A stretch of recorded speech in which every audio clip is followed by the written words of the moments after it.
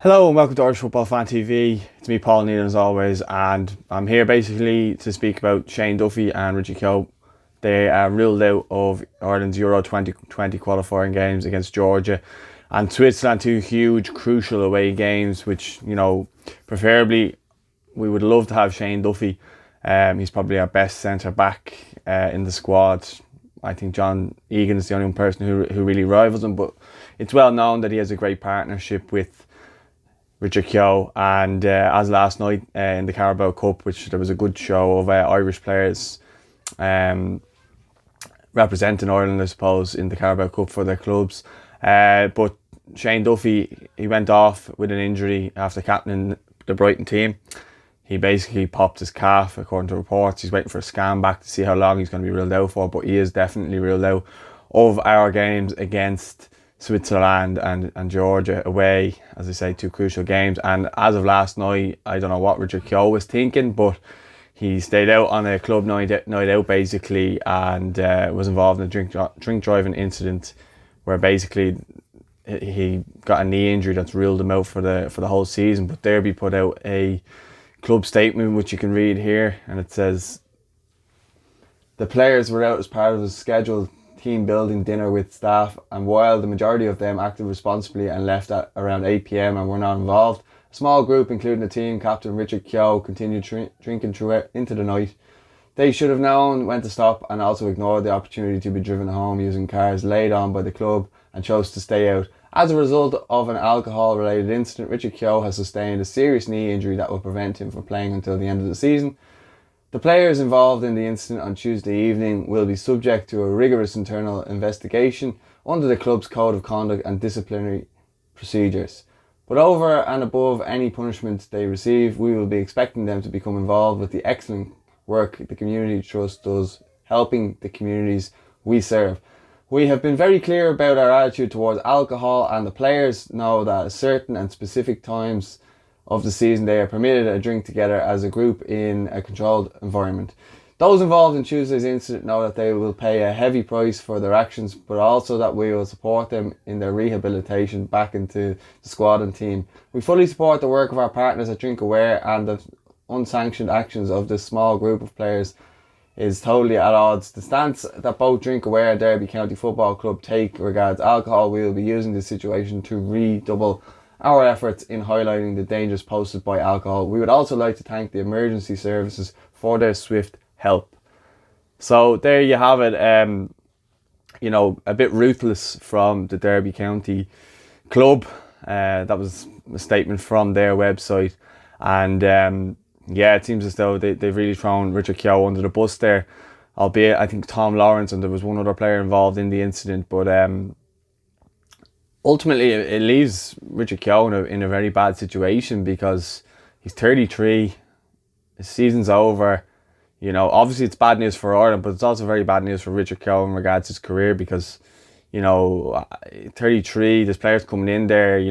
I think if John Egan gets a chance, he's not going to let that chance pass him by, and he will ultimately get his chance now. God forbid he doesn't get an injury, but we'll have to wrap him up in cotton wool because he's our best centre half at the moment. But in regards to Richard Keogh, his international career could be over after this because I understand his actions.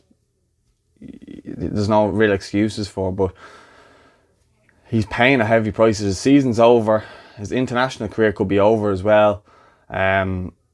He's never really let Ireland down, but he's let himself down in this instance, and definitely his club. So, and to a degree, Ireland as well. And now he's out, and probably we needed him most.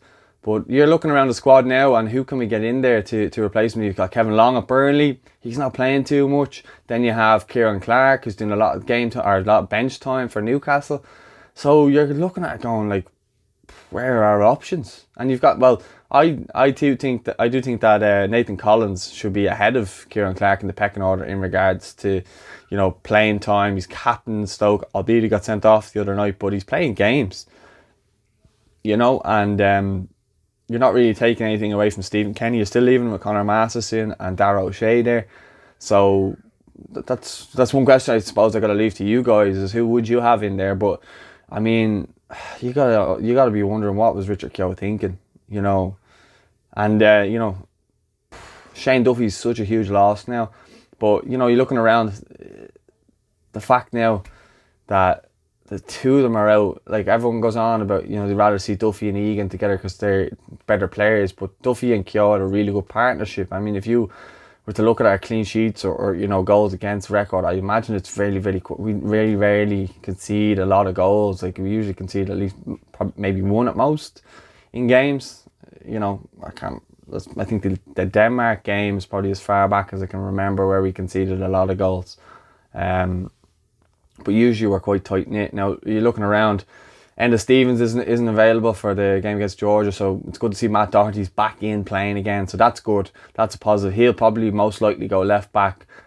You know, and again, it's going to be a very tense couple of weeks now. I think Mick announces the squad on Tuesday, the 2nd of October, I think that is, and you know, from that moment he picks the squad, you're hoping that there's players there. Seamus Coleman doesn't get injured.